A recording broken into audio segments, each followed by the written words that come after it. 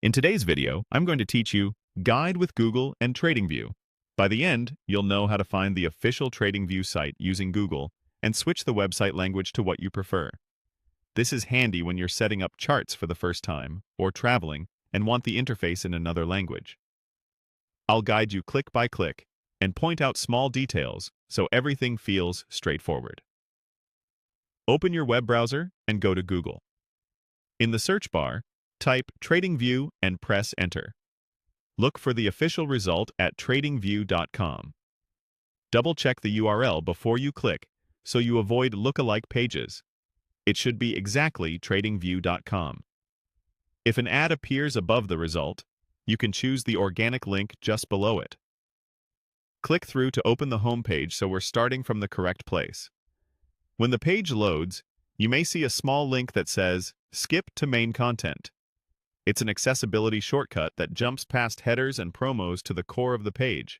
Click it to land where the primary navigation and tools live.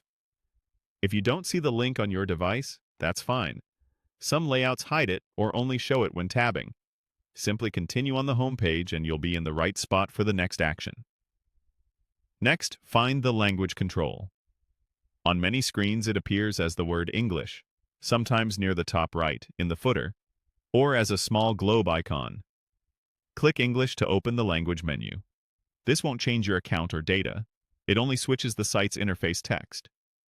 On mobile or with high zoom, open the main menu first if needed to reveal the control.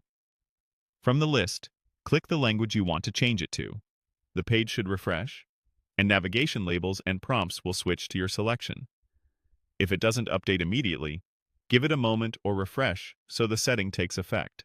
This only affects the interface. Market symbols and data remain the same. And that's the flow.